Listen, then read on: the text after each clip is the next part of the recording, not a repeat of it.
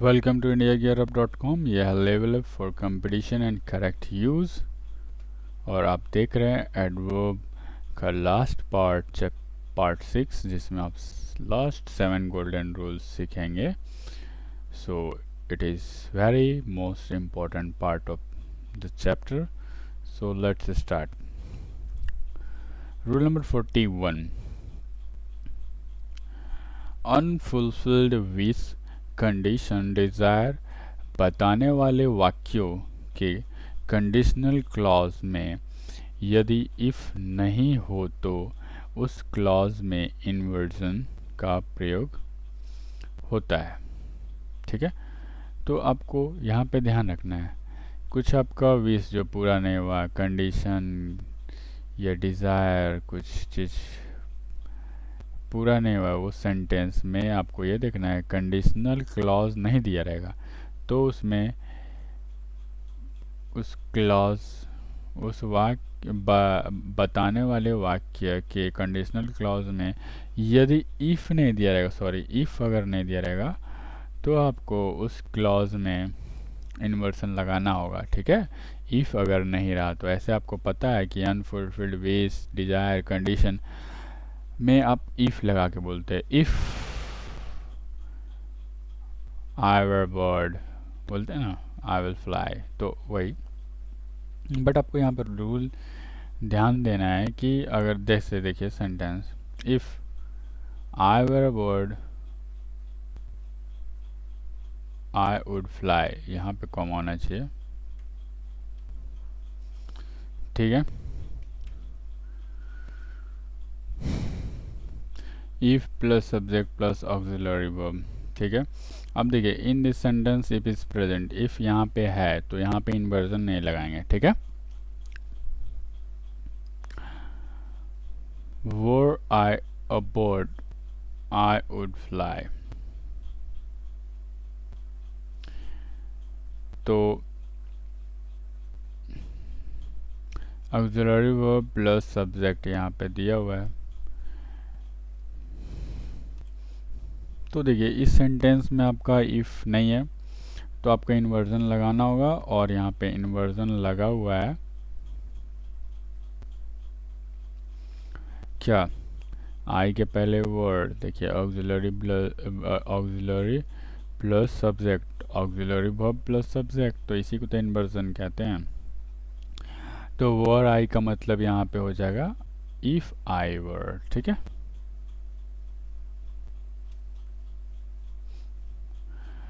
अब देखिए दूसरा, if I had done well I would have been rewarded, तो यहाँ पे if plus subject plus auxiliary verb,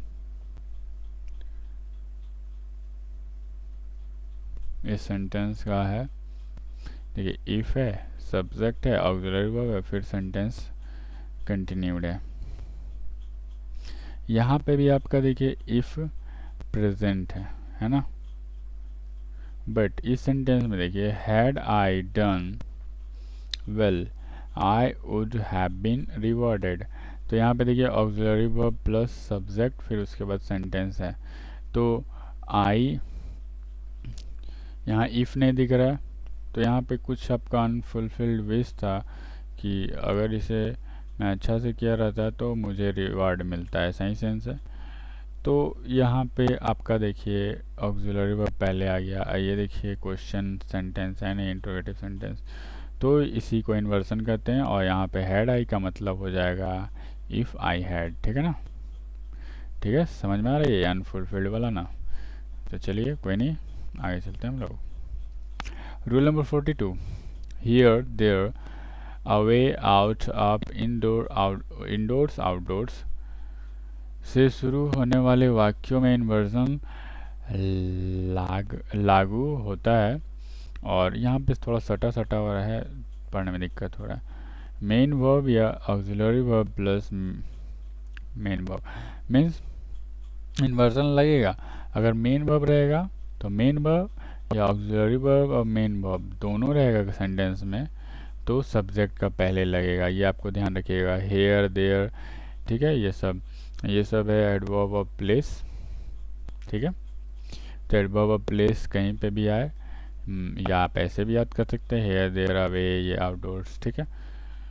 तो अगर मेन वर्ब होगा तो सब्जेक्ट का पहले आ जाएगा, या ऑक्सिलरी वर्ब और मेन वर्ब है तो दोनों सब्जेक्ट के पहले आ जाएंगे। जैसे देखिए, अवे वेंट सीता, सीता दूर चली गई, इसका मतलब हुआ।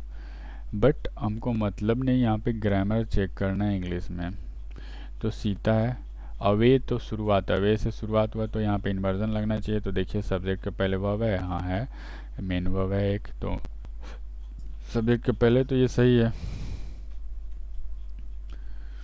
देयर गोज मैरी, वहाँ जाता है मैरी, इसका मतलब हुआ, आप इसे यूज कर सकते हैं इंग्लिश में बोलने में, इसलिए हम लोगों ने नाम रखा है level up for correct, for competition and correct use. ठीक है, मैरी यहाँ देयर से शुरू हुआ, मैरी है तो यहाँ पे आ गया गोज एक मेन वर्ब, तो सही है। किंतु यदि यदि दिए गए शब्दों के बाद सब्जेक्ट के रूप में एक मतलब कोई एक प्रोनाउन आए हो तो वर्ब उस सब्जेक्ट के बाद आता है। ठीक है, मतलब सब्जेक्ट के रूप में प्रोनाउन आएगा तो प्रोनाउन ही आपका सब्जेक्ट है, तो सब्जेक्ट के बाद में आएगा वर्ब, ये ध्यान रखिएगा। जैसे देखिए, अवे, ही वेंट, ही क्या है, एक प्रोनाउन है और इसीलिए यहाँ पे वर्ब आया है बाद में। देयर सी गोज, अब सी प्रोनाउन है, तो ये सब इम्पोर्टेंट है, याद ध्यान रखिएगा वर्ब। रूल नंबर 43 क्या कह रहा है आपका? रूल नंबर 43 कहता है कि so plus adverb of manner से शुरू होने वाले वाक्यों में इन्वर्जन का प्रयोग होता है। ठीक है, so plus adverb of manner. अब देखिए, आपको ये वीडियो आपको समझ में तो सब आ रहा होगा, अगर आप नहीं समझ रहे हैं तो आपको वीडियो पॉज करके माइंड फ्रेश कर लेना है, उसके बाद शुरुआत से फिर से देखिए तो समझ में आएगा। इतना इजी हिंदी इंग्लिश सब है। ऐसे तो मुझे आज तक अभी तक कोई कंप्लेन नहीं किया है कि सर समझ में नहीं आ रहा है, कुछ ये पॉइंट्स समझा दीजिए। ऐसे आप हमें टेलीग्राम पे अपना डाउट पूछ सकते हैं। सो प्लस एडवर्ब मैनर से शुरू होने वाले शब्द में वो वाक्य में आपका इन्वर्जन लगता है। तो देखिए एग्जाम्पल के थ्रू समझिए, पहले पैटर्न देख लीजिए, so plus adverb manner plus auxiliary verb plus subject plus main verb, ये आपका ऐसा होगा। ठीक है, बट इसमें क्या था कंडीशन कि दोनों का दोनों आ जाता है आगे में, और एक कंडीशन और था कि प्रोनाउन जब आएगा तो आपका वर्ब बाद में आ जाता है। ठीक है, और यहाँ पे है ऐसा फॉर्मेट, तो देखिए सो रूडली, मैनर है रूडली, एडवर्ब मैनर, तो did she behave that everybody was offended, तो सी के पहले है ऑक्सिलरी वर्ब, ठीक है, और मेन वर्ब है बाद में, तो ये सही है। See well did, so well did he sing that everyone started clapping। अब देखिए, थोड़ा रात को मैं बनाता हूँ, 2 बज गया, 4-5 वीडियो ऑलरेडी बना चुका हूँ, थोड़ा रीड में दिक्कत हो गया तो माफ़ कीजिएगा।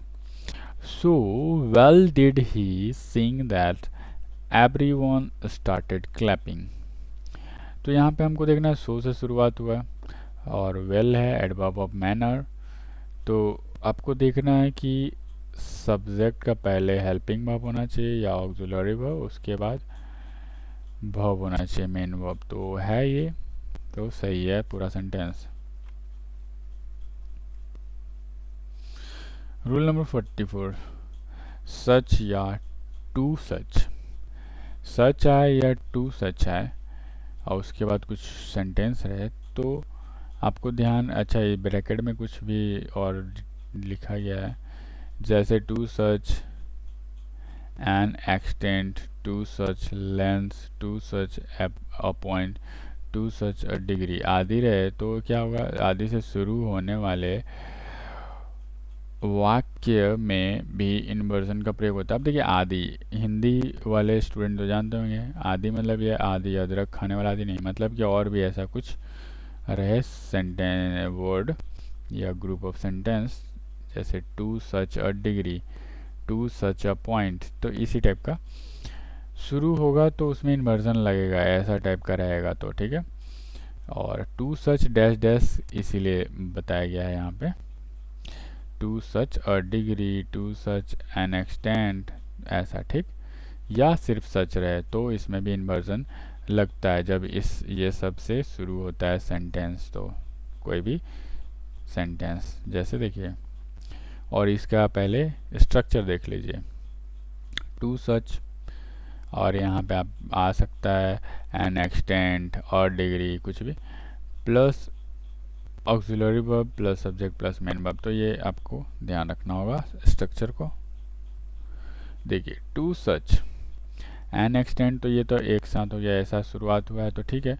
अब सब्जेक्ट का पहले ऑक्सिलरी वर्ब रहना चाहिए, ठीक है, ऑक्सिलरी वर्ब है और ये है सब्जेक्ट और इसके बाद है मेन वर्ब, तो सही है आपका। यहाँ फुल स्टॉप वाला सेंटेंस इसमें नहीं रहता है, मतलब सॉरी क्वेश्चन मार्क वाला इंट्रोगेटिव सेंटेंस नहीं रहता है, तो इसी को बोलते, यही है एडवर्ब का गेम, इस पे ध्यान दीजिएगा तो बहुत इम्पोर्टेंट है ये सब रूल।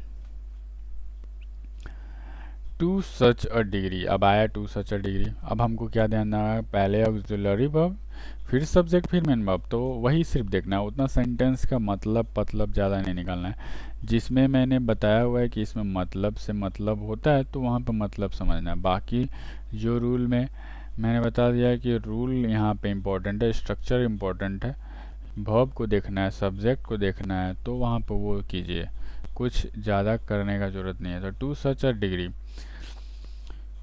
अब देखेंगे कि सब पहले ऑक्सिलरी वर्ब रहना चाहिए फिर सब्जेक्ट मेन वर्ब, तो देखिए मेन वर्ब आ गया पहले, मेड आ गया मेन वर्ब, ठीक है, तो सिंपल है, आगे पढ़ने का जरूरत नहीं है, यहाँ पे एरर है, फिर भी पढ़ लेते हैं। Made a noise that people rebuked him, तो यहाँ पे तो ऑक्सिलरी वर्ब है ही नहीं, तो ये तो एरर है पार्ट बी में।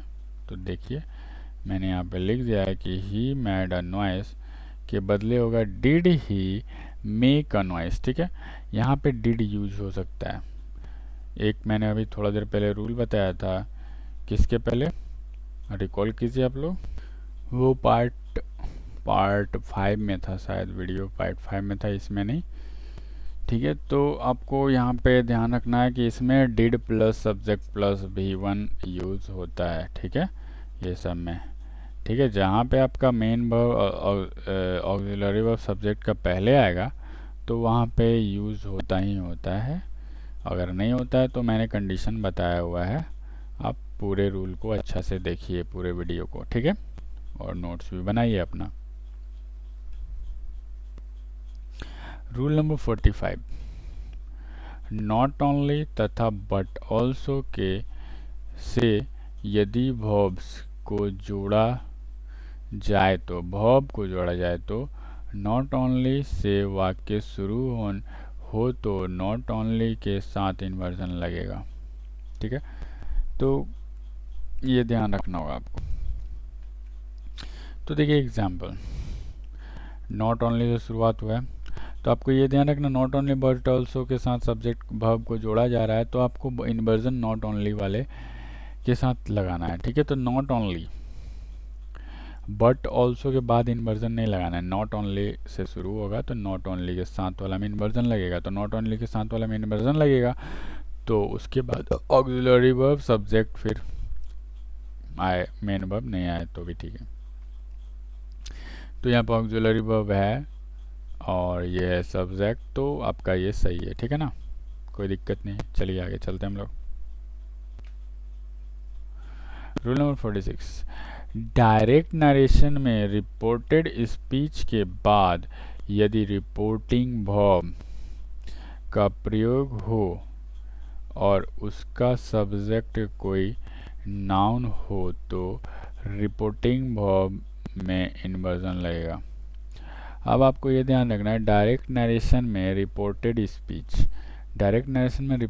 स्पीच के बाद जो रिपोर्टिंग वर्ब आएगा का प्रयोग होगा और उसका सब्जेक्ट एक नाउन हो, ठीक है, कोई नाउन हो, तो रिपोर्टिंग वर्ब में इन्वर्जन लगेगा, ठीक है। जैसे देखिए, let us go to the picture said Mohan, ठीक है। तो देखिए यहाँ पे ये आपका रिपोर्टिंग स्पीच, तो यहाँ पे देखिए मोहन है, इसका पहले आ गया वर्ब, इसी को तो इन्वर्जन कहते हैं, ठीक है। तो ये सही है। Do it at once said Mohan, तो ठीक है, यहाँ पे भी सही है। बट आपको एक चीज़ ध्यान रखना होगा, कंडीशन, अगर सब्जेक्ट रिपोर्टिंग वर्ब का सब्जेक्ट यदि कोई प्रोनाउन हो तो इन्वर्जन का प्रयोग नहीं होता है, ठीक है, नहीं होगा। और क्या हो जाएगा फिर, सब्जेक्ट जो प्रोनाउन है आपका, सब्जेक्ट प्रोनाउन ही यहाँ पे सब्जेक्ट रहेगा, प्लस वर्ब का प्रयोग होता है। जैसे देखिए, please help me she said, ठीक है। तो आपको ये ध्यान रखना, प्रोनाउन यहाँ आएगा तो आपका सिंपल उसके बाद वर्ब आएगा, लेकिन यहाँ पे जब नाउन आएगा तो यहाँ पे वर्ब पहले आ जाता है, ठीक है। I will do nothing here you said, है ना, यू ए प्रोनाउन तो सेड वर्ब बाद में आया है, कोई गलती नहीं है। तो रूल नंबर 47 देखिए, कन्वर्सनल इंग्लिश, सॉरी जमाई आ रहा था उसीलिए पढ़ नहीं पा रहा था। कन्वर्सेशनल इंग्लिश में नाइदर, नोर तथा सो के साथ छोटे छोटे वाक्य को शुरू किया जाता है। तो आपको ये ध्यान रखना है कि नाइदर नोर सो के साथ छोटा छोटा वाक्य शुरू किया जाता है, खासकर यह बताने के लिए कि जिस परिस्थिति का जिक्र पहले किया गया है दूसरी परिस्थिति भी उसी प्रकार की है, ठीक है। मतलब पहला जो परिस्थिति होगा उसी टाइप का दूसरा भी परिस्थिति होगा, ठीक है। इसीलिए नाइदर नॉर सो आदि से शुरू होने वाले वाक्यों का प्रयोग होता है। तो यहाँ पे एरर था, इन्वर्जन होता है, इन्वर्जन मिस्ड था, मिस टाइप हुआ था, तो मैंने इसे ठीक कर लिया कि आपका पीडीएफ में कोई गलती ना हो और अभी भी गलती ना हो, ठीक है। तो मुझे कुछ भी एरर लगता है पढ़ने में तो मैं तुरंत उसे करेक्ट कर लेता हूँ, ठीक है। और मैं टाइप नहीं कर पाता हूँ तो हिंदी में मेरा दोस्त एक है, मेरा एक